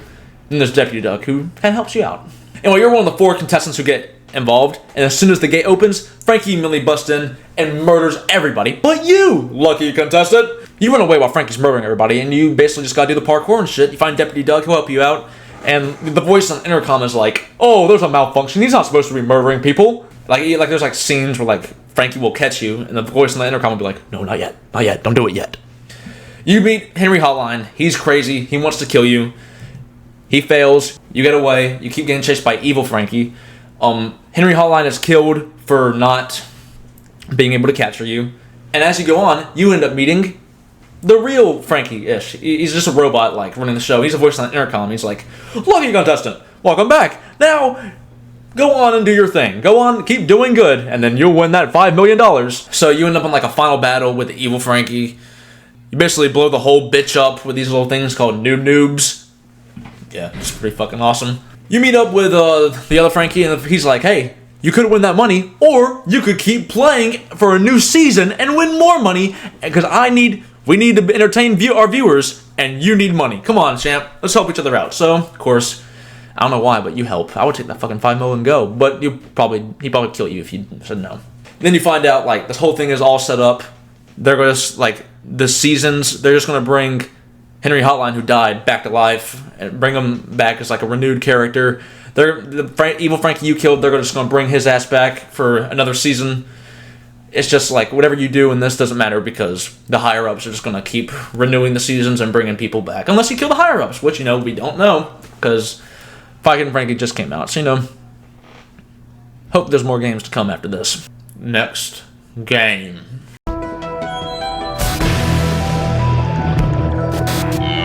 Happy's Humble Burger Barn. Happy's Humble Burger Farm. This is like the game that got me wanted to talk about Mascot Horror, because I watched someone play it, Juicy, and it's actually pretty good. It has like a whole thing to it behind it that I didn't really know too much. Because I remember I saw the videos not too long ago, but now I actually understand it, and it's pretty fucking crazy. So there's this company called Obscura. They're like some programming company that makes simulations and shit, but we'll get back to them later. So there's a guy named Tex, and he creates these lovely characters called the Barnyard Buds, and there's the pig, the salmon, I don't remember their fucking names. But the main character there is Happy the Humble Heifer. Or Heifer, I don't know, whatever the fucking word for cow is. And he loves these characters. He makes a whole brand out of them. But then he has a son named Chuck. Chuck is a little angsty fucking teenager, I guess, because he wants to make it all more adult-like. So he takes his father's creations and turns them into creepy-ass fucking monsters to scare people. And, well, it didn't work out. It didn't get popular. Everybody fucking hated it. And then guess what? The building got burned down, so it doesn't even fucking matter. So his whole idea, he just ditched the whole scary idea. And he just went back to the regular old Barnyard Buds. Or did he? Because he decided to go back to the idea, but he made like the scary-ass monster things, costumes and whatnot. Fly. And he just stuffed them all in a closet, maybe for safekeeping later. Chuck would go on to have twins who were like, hey, our dad was a bit of a weirdo, so you know what? Let's just bring back the old Barnyard Buds. So they make a whole cartoon. It keeps upgrading from like a Simpsons thing and whatnot. So they just made a bunch of cartoons about these lovely little characters and shit. In fact, they got so popular because of the twins. This burger place was like, hey, what if we took your characters and our food, made a little food chain? So the Barnyard Buds became a little fast food chain called Happy's Humble Burger Farm, and had like a whole food company thing going on. That's enough of the Barnyard Buds. Let's go back to Obscura and their little helper, Paragon. Paragon's like a company that messed with genetics and like psychedelics and drugs and shit. And it was owned by Zane Grimm, or something Grimm, I don't know, Dr. Grimm. Paragon wanted to control people with fucking drugs, but Grimm, the owner, he was a good guy. He had good intentions. He wanted to end all violence by going across the world and like brainwashing people to get rid of the violence tendencies in the head, so no conflict would ever come of it. It's called like a cheese maze initiative or something. Like they use audio and visual cues and shit to like make people forget about violence, and then they'd be nice. So basically they made a simulation. They made a deal with Happy's Humble Burger Farm, and like they made a big simulated world where someone would be working in there. But like there'd be like robot people and shit, but someone wouldn't know it's a simulation because they'd be like going to work, cooking burgers and whatnot. They had a broadcast in that fake city, with the visual and audio cues that help them out. Who'd run the broadcast? They had some poor guy named Maverick Cooper sell his human rights to work there, to which he went fucking insane under his own broadcast because the audio visual cues, they had messed with his trauma. He went fucking insane, so they didn't really know what to do with that. And now it's an entirely new day because the camera died and I wasn't willing to set it all back up, and it was way too late to even start recording anyway. So now we're back at it. So basically I was saying, Mr. Dr. Grimm, he done forgot his old goal. He said forget healing the world. He just wants to control it. He wanted to just brainwash everybody and just take over the world. He's fucking evil. So we want to go bigger. You want to research as much shit as possible so we can take over the world. So we bought an island named Dirijango. He had owned about half of it. The other half was filled with natives. And, you know, they just used it to research and study shit. In fact, one scientist, he got real sick and tired of the way Grimm was running things. He didn't like how Grimm was, you know, taking innocent people, or even his own workers, and turning them into brainwashed idiots. So, he whistleblowed. He told people, he told the news everything. This got a lot of reporters coming to the island, which was not good for Grimm. The natives at Dirijango were starting to get really pissed off with Grimm, and like, they kept arguing that he was doing too much. So, Grimm made a rash decision and decided to nuke their entire half of the island. Like, blew it off the fucking map. So, he did that. But, little did he know when he did that, he woke some. There were some weird monsters living under the earth on that half of the island. And when they got nuked, they got pissed. So, they broke into Grimm's facilities, murdered most of the staff, and then they found the costumes that Chuck made a while back. The creepy ones that, you know, nobody fucking liked. So they crawled inside of them, and now they're alive. And the monsters could turn them into freaky shit, so now, like, they're some big-ass monsters, and they turn them, and now they actually eat people. And basically they would wreak havoc across the whole fucking facility. They'd fuck around with the simulations and shit. And the scientists did their best to contain them, but it just kept pissing them off more. And the most powerful one of them all was the Happy one. The monster that went inside of Happy, they could not. They contained most of the other ones. They couldn't contain this motherfucker. Now flashback a few hours to this guy named Ryder. He's a journalist and he's looking into all this Grimm shit. And he was staying at a resort on Dirijango. But then he saw the nuke go off across the island. And so he started freaking out. He started running around looking for help. And sure enough, he found help. But unfortunately, the help he found was the Paragon security. They kidnapped him and they threw him in this simulation, where he was forced to, you know, do the thing. He, like, you know, he lives in this fake city with all these fake people, and he has to go cook at Happy's Humble Burger Barn to get brainwashed. But this all at the same time that those monsters are now running around. And while the other ones were all like crazy, the monsters were crazy and shit, the Happy monster knew about the simulation. So she, I guess it's a she because Happy's a woman, whenever you don't do your job, Happy shows up and will try to kill you. Unless you do your job right. What do I do? And one day, Ryder's going to his work whenever he hears a big-ass explosion. He goes across the place, and sure enough, he finds one of the big-ass monsters, the pig guy. Holy shit, what the fuck is that? Kills him. Then he goes back to his fake apartment, and then he finds a talking head made by the guy before him. And basically the head's gonna help him escape. You keep investigating, you find clues, you find the chicken one, you kill him, you find the giant salmon. I don't know if you kill him, I don't think you do, I think you just escape from him. You move deeper and deeper until you finally find a way to escape it. Your robot friend, he sadly dies. And once you escape, you're being chased by Happy, the humble heifer monster. And while you're being chased by her, you manage to escape the facility, but Happy goes another way. And as you're escaping the facility, you hear Happy murdering everybody in the entire building. Like, you both escaped the simulation, Happy's murdering everybody in the facility, and you are running out that bitch. So, the final scene of the whole game, it shows you running off into the wind and escaping. But then it shows Happy also escaped. And since Paragon's not their controller anymore, she can definitely murder everybody in the world, which is what she kind of wants to do.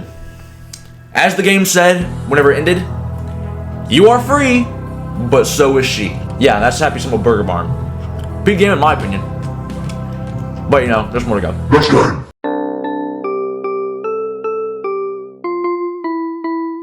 Andy's Apple Farm. We actually played this one on the channel like a while back. I think it was 3 years ago. Oh, it looks like an old-ass game where all these funny little mascots, and you go around trying to help each other out and make sure everything goes well for one another. There was, Andy. Fuck, I forgot the other's names. Either way, that's not that important. I'll just put their names up on the screen for you to know. So, there's this game called Andy's Apple Farm. And it's created by this guy named Thomas Eastwood. He had 2 kids, Lewis and Isabel. He had a wife named Cameron and a best friend named Arthur. Now, Tom, he's a game developer, and he wants to create this game called Andy's Apple Farm. But he's struggling. He's having a little hard time with the code and whatnot. He wants it to be better than most games around this time. Like, he wants to be better than that shitty Mario fucker, or Sonic. So he wants to learn the code, but he doesn't know how. So, as one does, when you're struggling in a concept, you do the most notable thing. You make a deal with the devil, and you be like, hey, use your power and put it in my code shit. So, the guy's like, okay, the devil's like, oh, no, yeah. Well, it's not really a devil, it's like an entity, that kind of thing, I don't really know. Because he let the devil in his house, that kind of fucks up the whole thing for the whole family. Because now, the entity wants to fuck with them. So, the two kids go on a boat one night. The entity, I guess, kind of rocks the boat, and Lewis falls in and starts to drown. And Isabel wants to go in and save her brother, but the entity is holding her back. And so he dies, they never find the body. Now Isabel feels like it was her fault. The mom is telling her, it's not your fault, it's okay. But Thomas is fucking tweaking. He's kind of gone a little crazy. So, the wife kicks him out for a while. So Thomas asks his good friend Arthur to look after his wife and kid. But Thomas starts to suspect there might be an affair, but there's not. But he just starts to suspect, and it's kind of driving him a little mad, especially because he's got the entity in his head now. One Christmas, Cameron and Isabel are celebrating. They're sleeping in the living room too. But then the Christmas tree catches fire and falls over and burns the fucking house down. We don't know if it was the entity, but it's highly suspected. Isabel sees the fire and instantly runs out, but Cameron burns alive inside the house. But Isabel runs off into the woods and hides. Then Arthur shows up and is like, hey, what the fuck is going on? Because, he finds the house on fire and the dead bodies and shit. Now, unfortunately for him, Thomas pulls up. And Thomas, he's a little crazy, he's being driven by the entity, and he believes that Arthur burnt the house down and killed his family. So, he did a logical thing. He picked up an axe and he murdered Arthur. And the worst part was, Isabel was right in the woods and could see the entire thing go down. Finally, Thomas has enough of this entity ruining his life. So he tries to confront him, so the entity kills Thomas. And now, should be gone, right? Wrong. Because Isabel's entire family is dead, including Uncle Arthur. She goes and lives with her biological uncle, Jeffrey. And there's a whole thing going on where the entity fucks with Jeffrey's life and shit. In the game, Andy's Apple Farm, you play as Andy and you go around and help people. But each character represents a part of the family that fucking died. The fish dude is the son that drowned. Melanie Moon, oh holy shit, I remember the name. I think she's the daughter. And the final part of Andy's Apple Farm, you go to the barn. And when you walk around the barn, you find Petey the Pumpkin. That's because Petey the Pumpkin is a self-insert character of the entity. So Petey the Pumpkin's evil as fuck. And then, I think they said they're gonna make a chapter 2 of this, but I don't know, I feel like the whole lore is pretty much laid down on this first game, so I don't really know what much they can do. Maybe give a happy ending to Isabel. That'd be nice. But, next game.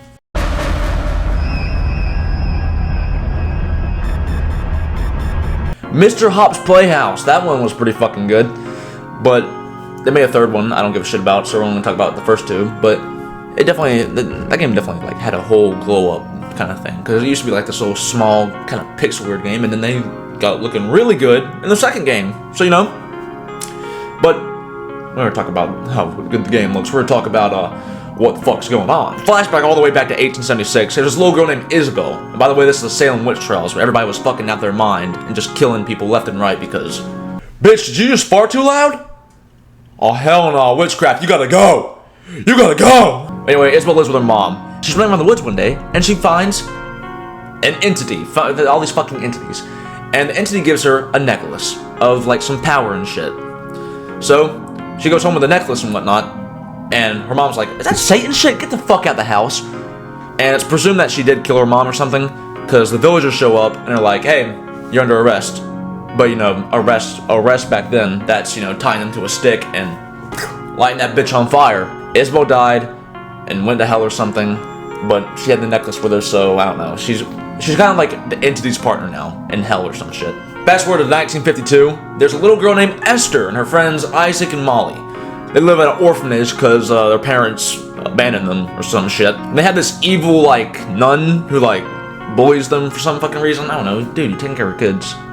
Oh, wait, I forgot, 1952, who gives a shit? Anyway, one day they're all chilling. Oh, by the way, Isabel is also here. She's disguising as, like, a little girl, pretending, but she's half fucking demon with the entity.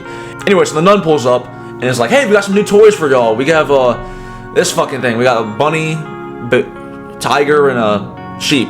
Sheep is the most fucking terrifying to me, in my opinion. But then there's, Molly gets the sheep and names it Miss Bo. Isaac gets the tiger and names it Mr. Stripes, and Esther gets the bunny and names it Mr. Hopp. And I'm pretty sure like these dolls were made by the entity. Like they started off as like little straw dolls for Isabel, and over time they like, you know, they got turned into plushies. Like I just said, they're made by the entity, so they're fucking demonic creatures. And as time goes on in the orphanage, people start going missing. Molly and Isaac go missing, you have to look for them while being hunted down by these big ass monsters of Bo, Stripes, and Hopp. And then as you try to find your friends and whatnot, they're nowhere to be fucking seen.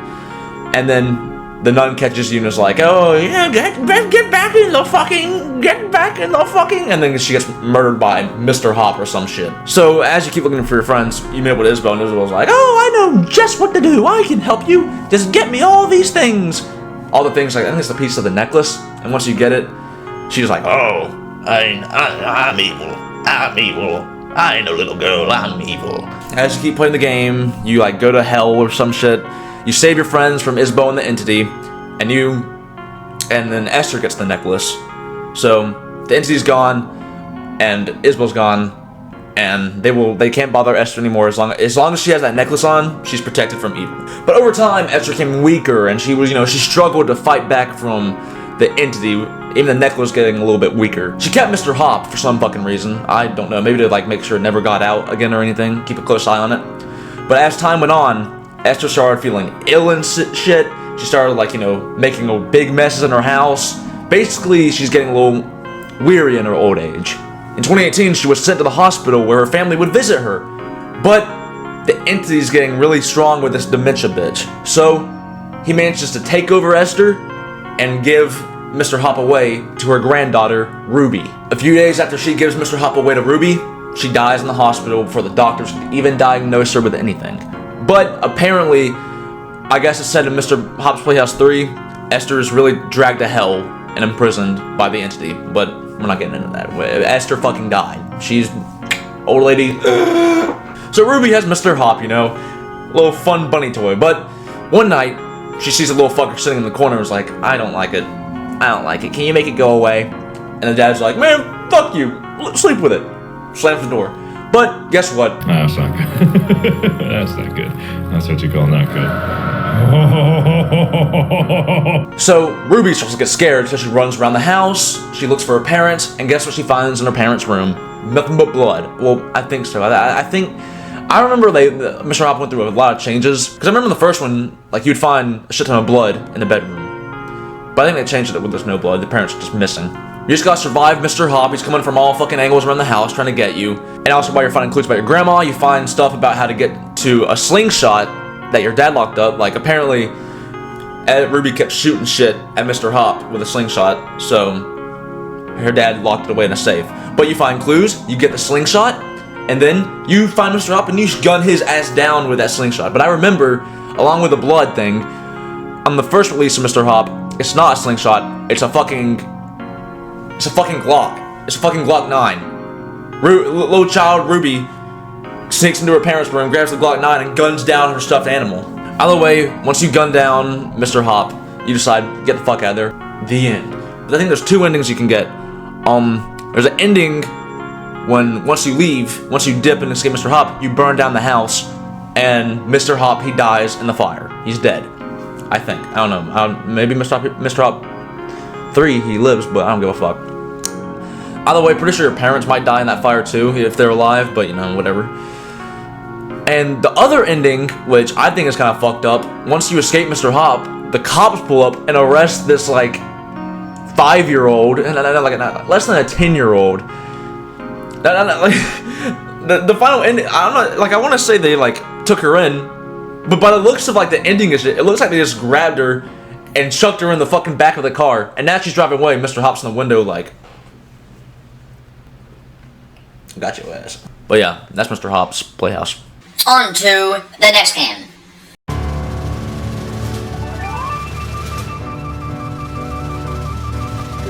Hello Puppets, if you haven't heard of it, it's like a VR game.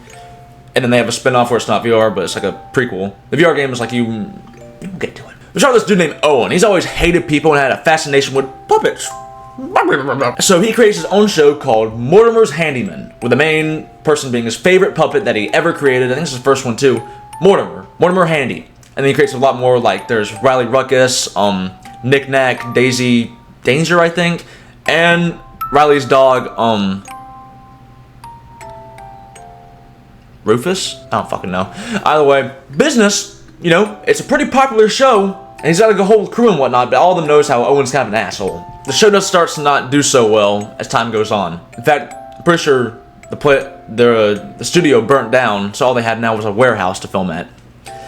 So Owen, he starts getting desperate and pissed off at everybody for hating on him.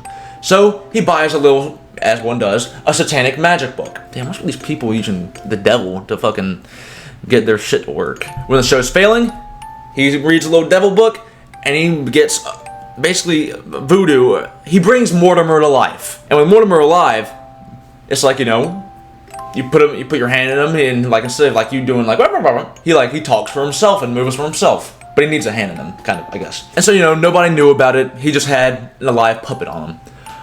But then, as he just kind of left Mortimer laying around and whatnot, and Mortimer kind of brought all the other puppets to life. What they were doing was, they took the workers at the studio, would basically kind of like kill them or something, and like do some shit where like do the voodoo where they could control the people, but still had to use their hands. Like they'd use the people's bodies to get around, and like also have a hand up them. For Rufus, or whatever the fucking dog. Wait, is it? Oh, I just read his collar. It's Roscoe. So Owen's there with the puppets, and they're playing some sick fucking games with him and shit. And then he notices Mortimer is using one of his good friends as a, I don't know, a vessel. And so Mortimer's like, I'll let your friend go if you help me. So he plays the sick games and shit, and they run off, and then yada yada. And then you find out from Mortimer, once you finish the games, it's not actually your friend, it's just some random chick you don't give a fuck about. So you get ready to take off, but then Mortimer knocks you unconscious. And then when you wake up, your friend is actually there. Her name's Harper, and she was supposed to go on a date with you, and you're supposed to see Dream Warriors. It's kind of fucking awesome. Anyway, you do more stuff, you save Harper, but as you're escaping, you shut the door behind her, and are like, hey, I brought these guys to life, I will sacrifice myself. You're playing as Owen, by the way, but then, like, that's kind of retarded, Owen. Why not just leave with Harper and call the cops and get them to gun down the puppets? So you go back as Owen, and then you find a tape recorder, and you record yourself talk, and you play it back, and it's not Owen. That's because the puppets, I guess with the voodoo thing, they can't live on unless they have acceptance from their creator. And they, hate to say it, they murdered Owen a long time ago. They murdered Owen a long time ago. They just kidnapped some random fucker, and they did some voodoo, and made them go through all of Owen's memories. Owen died after letting Harper go. Now this is just the memory of somebody else. You realize that it's just the memory of Owen, they just want the acceptance from you.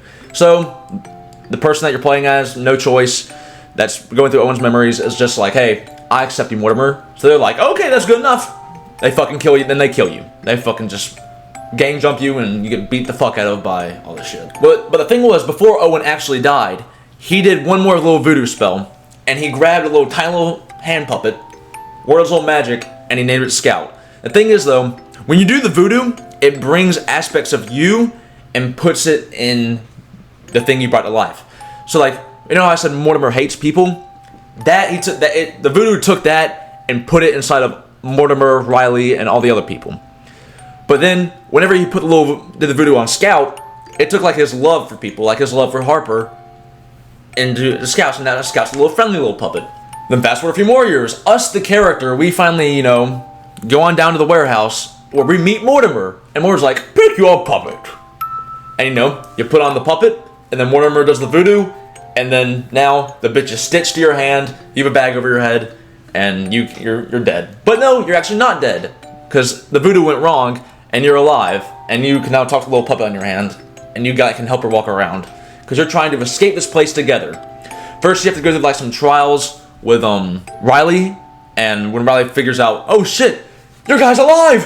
Get that motherfucker! So everyone's after you now, so you have to like escape the place. You then have to go to this long ass adventure with her, like do all these puzzles and shit, escape Roscoe and like Mortimer and the sock puppets and whatnot. When you make it to the exit, Mortimer's there, and he's having a tea party with Riley, a sock puppet freak, and Roscoe. By the way, Riley lives inside of Roscoe. Her fucking vessel guy is inside of the big ass dog. And so Mortimer's like, hey, you put up a good fight. I like you. So you know what? You and Scout can leave. You just have to beat us there. You push the button, you escape, you got this big ass dog monster chasing you down. And then, once you finally are at the exit, you have to open the door with a crank. Like you and Scout have to open the door, like crank it together. The thing is, Scout's arm gets stuck, he gets ripped off, and she's bleeding out like cotton or some shit. So, as you're walking up the stairs, you can see the light of the sun, but as you're going up there, Scout's talking to you like, I'm gonna die. Look at all this cotton. I'm bleeding out. Oh. Either way, you escape with a puppet stitched to your hand. I want to bet that it's not really said, but it's likely you went to police and got the police down there and they gunned down all the fucking evil ass puppets because they were planning on building an army to take over the world down there. Because they were kidnapping people. I forgot to mention that. Every day, like homeless people would come sneak in the warehouse or something and they'd turn them into puppets and shit. I don't know. Either way, next game!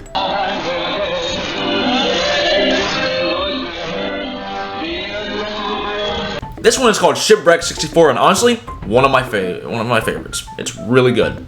It's a whole different thing, and it doesn't include dead kids, so that's pretty good. There's a dude named Rex Broadside. He opened up his own little studio place called Broadside Animations. Rex created his own little character named Blot the Bunny. Unfortunately, those fuckers at Disney copyrighted him and they made their own little bunny character. And so he came up with a new character, Bucky Beaver, or Bucky the Beaver, I don't know. He came up with a bunch of other characters, like Olive Otter, Giovanni Goose, Walter Walrus. It got so popular that he opened up his own little Disney resort called Broadside Resort. Really fucking creative. He bought an island called Nulla Terra, but then soon after he bought the island, Rex died. He just died. So, you know, Broadside as a company just kept moving forward. But then they looked in the island, they found this weird kind of flesh-like mineral.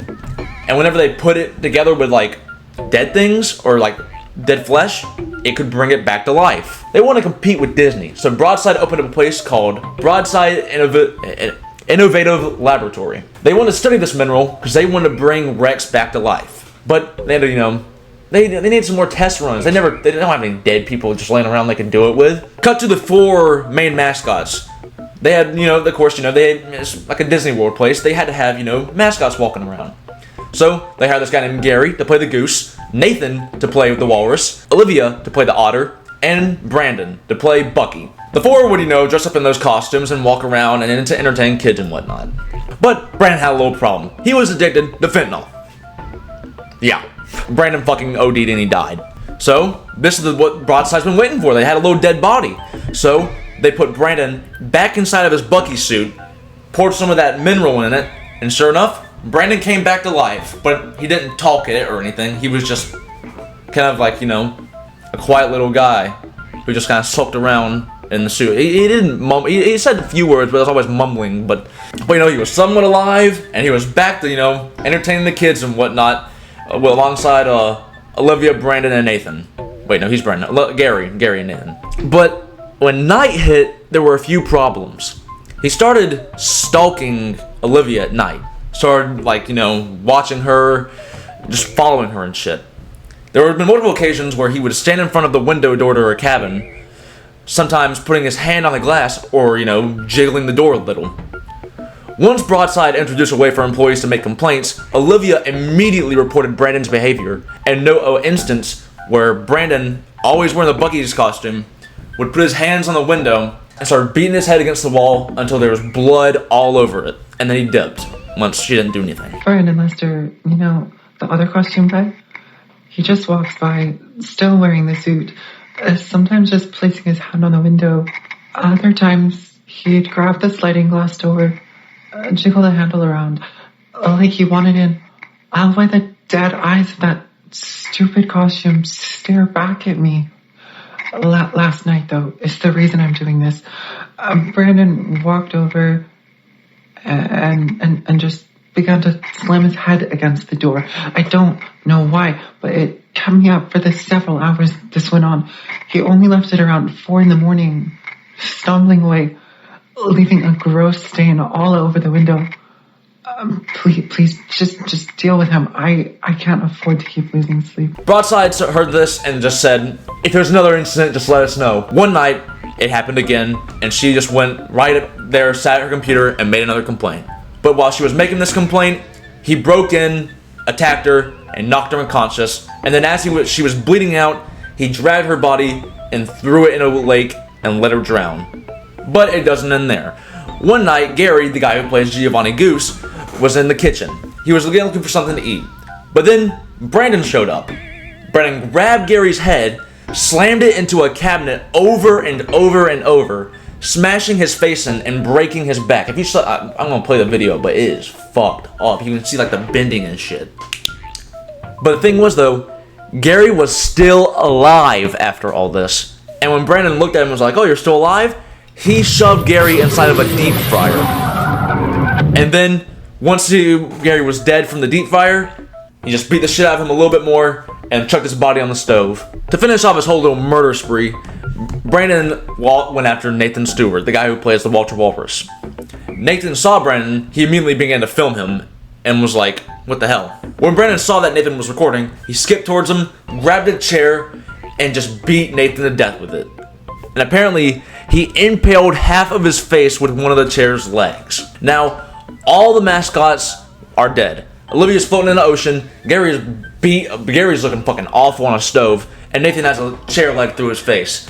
So, Broadside swept up all the bodies, threw them in their suits, and brought them all back to life using that shit.